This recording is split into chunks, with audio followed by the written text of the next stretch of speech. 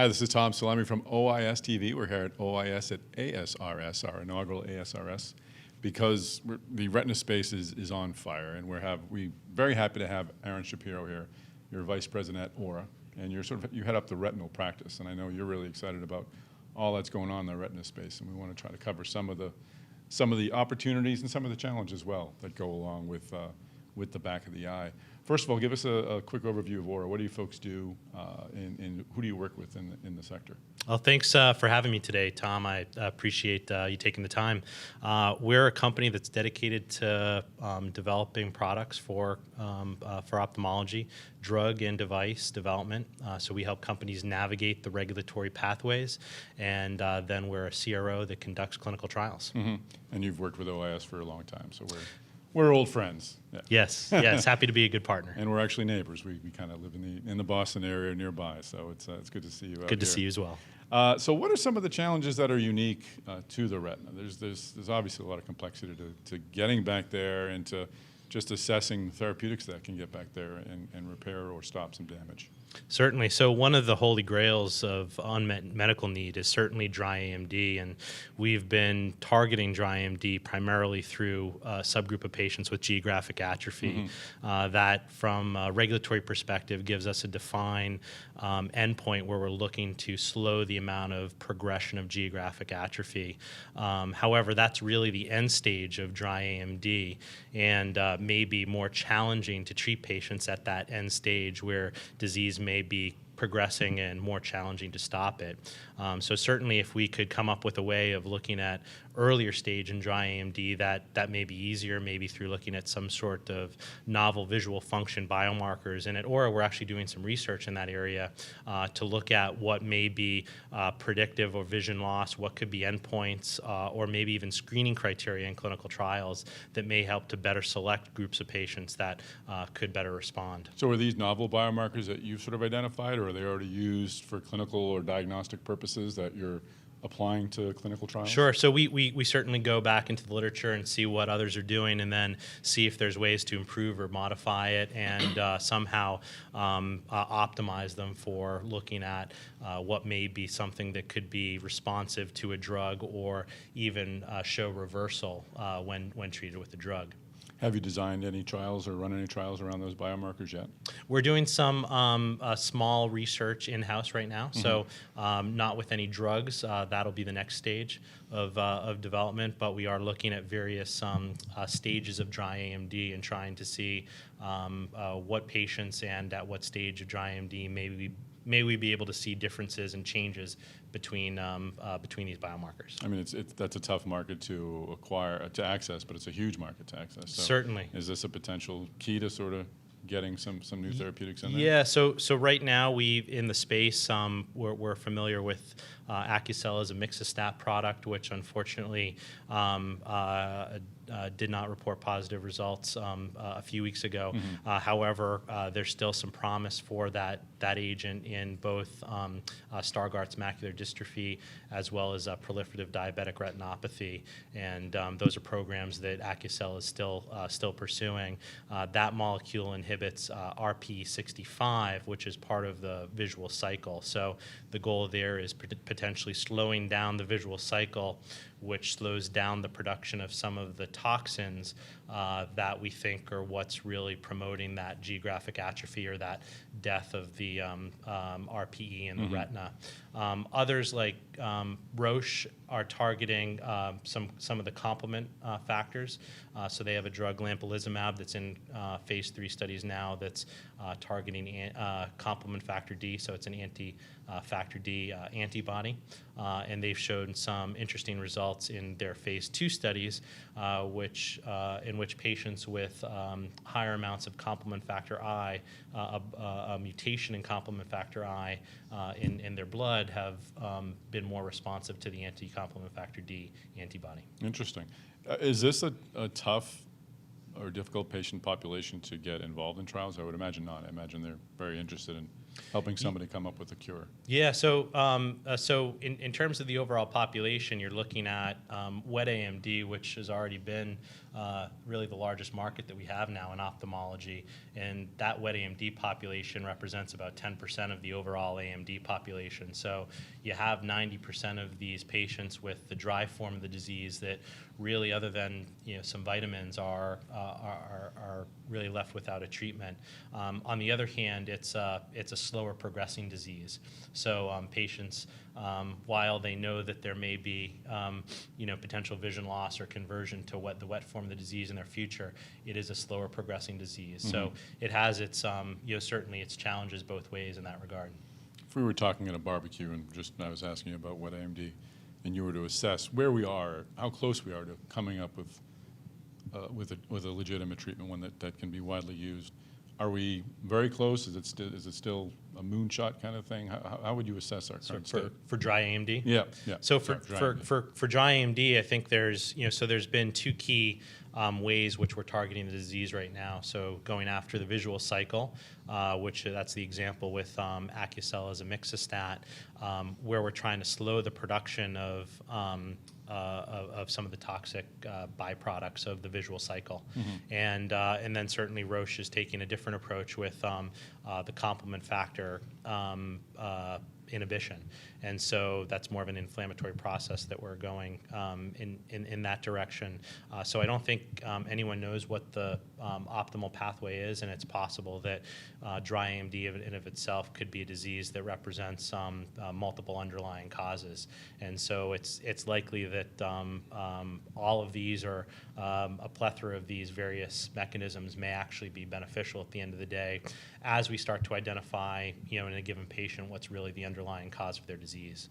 So I don't think we unfortunately know the answer yet, but we hope that hopefully doing some work in identifying better endpoints and better ways to define the patients up front, or maybe even being able to treat the disease at an earlier stage, may allow us to find better treatments. Mm-hmm. Zooming out a bit, just looking more broadly at the retina, how would you assess the state of innovation in the retina, coming up with a new retina device? I mean, I've talked exhaustively about Argus 2. I find that completely fascinating. So we're seeing some progress there. How do you see it as someone who's enmeshed in the sector? Yeah, so certainly the innovation of bionic eyes is upon us, and can't get cooler than that. No, not at all. So I think that's certainly a sign of the times.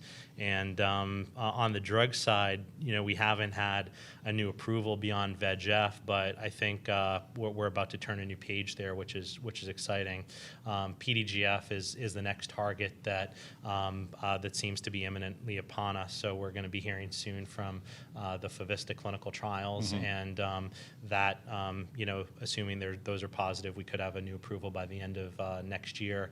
And then certainly Regeneron and Roche have versions of PDGF, a product they're combining with the VEGF antagonist that's in development as well. Mm-hmm. And then beyond PDGF, the other exciting mechanism that we've seen is target against Tie2 or Ang2. And so what that's hopefully doing is controlling the leakage coming out of the vessel, so trying to tighten the junctions in the endothelial cells to stay together to prevent the vascular leak. And so that could be another additive mechanism to VEGFs in both wet AMD and diabetic macular edema. And who are some of the companies looking at that area? So Irpio is one with a small molecule, mm-hmm. subcutaneous injection. So they're actually the one that's targeting Tie2. They have a Tie2 activator.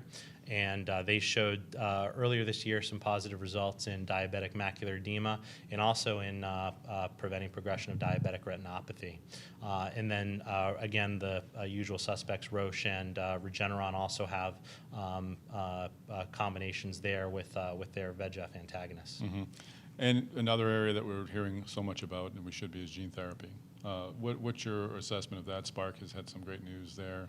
Seeing a lot of other progress by other companies. Give us your sort of state of that sector. Yeah, so gene therapy is certainly emerging, and there's a number of companies with products in development. Spark should be filing, we hope, an NDA this year for their RPE 65 inherited retinal disease product. So that's really a groundbreaking treatment on the on the same Exciting. scale as Argus 2. So not only are we now making bionic eyes, but we're also now having treatments for inherited and genetic retinal disease that's been blinding. So going back 18 years ago when I first started, certainly all that we were doing was reformulating steroids and antibiotics that were used systemically. So to have targeted gene therapies for blinding diseases now is quite amazing.